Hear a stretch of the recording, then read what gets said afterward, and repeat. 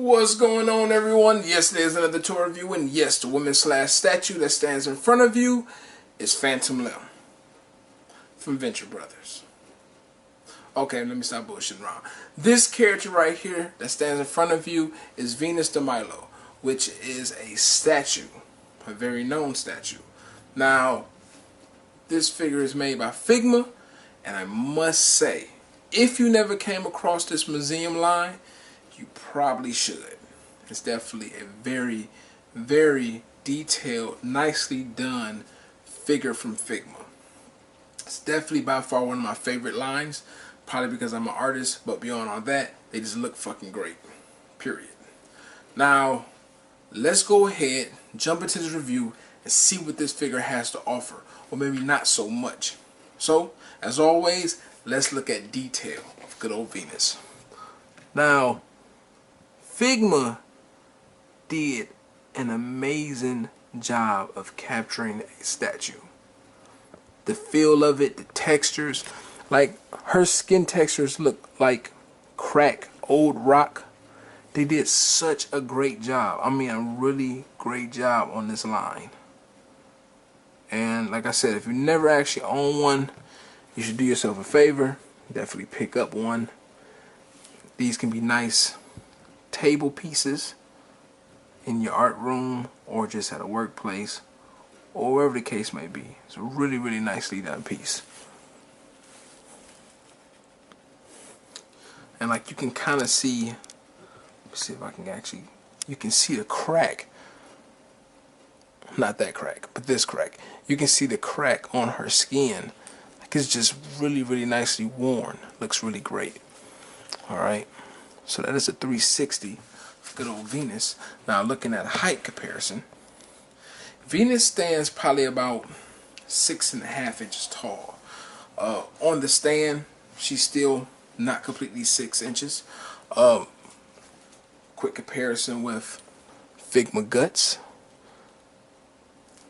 and that's her on the stand, and you see she's still pretty short.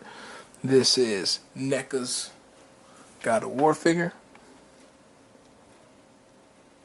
and it's pretty tiny. Alright, but it works extremely well with the rest of the line. They did such a great job. Alright, so that is your height. Now, let's look at the accessories that this figure comes with. So what I'm going to do, I'm probably going to use other figures as a focal point due to the fact that the texture of this toy is so sleek. It's kind of hard for my camera to pick up and my eye to actually pick up what's completely in focus. So I'll make sure when I start doing certain parts, I'll use another toy to actually contrast that. But you do receive, let me come back a bit. You do receive a actual extra dress that has the capabilities of being posed onto the figure. So you're going to get that as one of your accessories.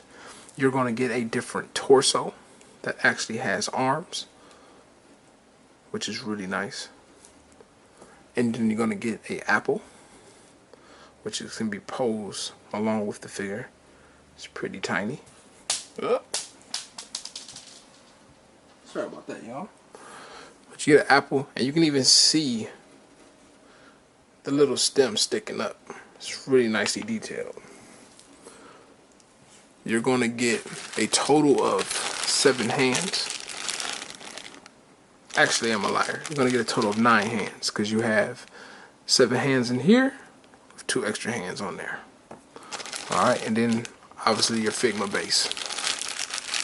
So that is all of your accessories. Now, putting this figure together to turn her to an action figure is pretty simple. You pull off the base, like so, which is obviously pegged in, her feet is hidden in there. Move that aside. On the side, it's little pegs. On the side of this dress, you pop it like so.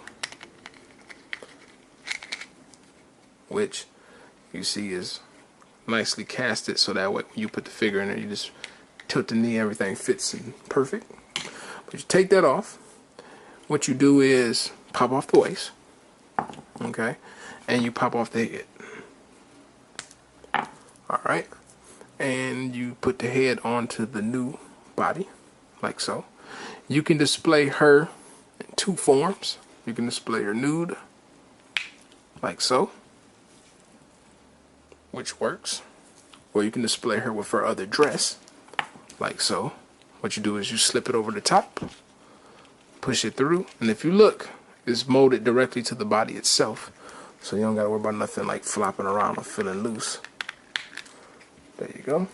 And you now have a new figure. So this figure is extremely well done. Looks really good. Really, really like this figure. Now, as for articulation, she's pretty basic, but she definitely can get great poses. So, you're looking at that much head going back, this much head going down. You can turn left and right.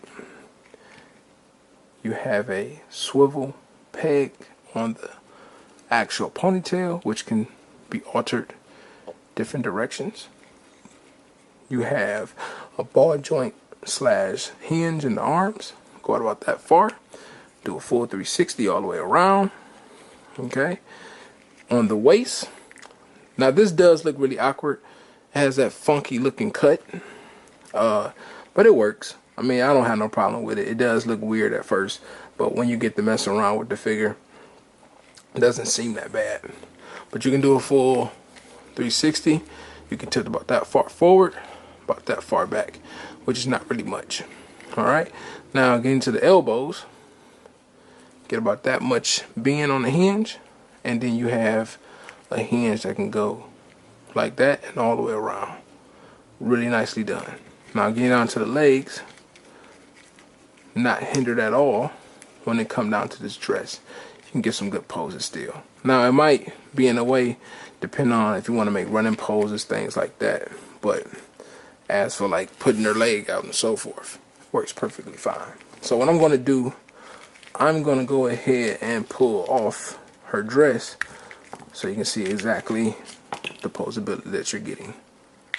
Alright. The leg goes about that far out, this far forward, that far forward,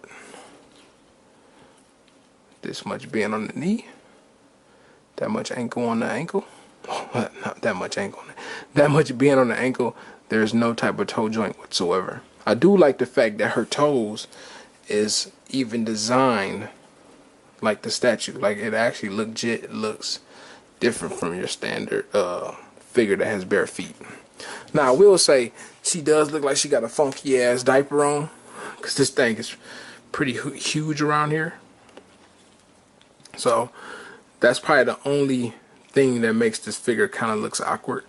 But like I said, all in all, I think this figure is phenomenal. I really, really enjoy it. I think this is a really dope figure. And then seeing it compared to height without the stand. There you go. So that is Venus De Milo.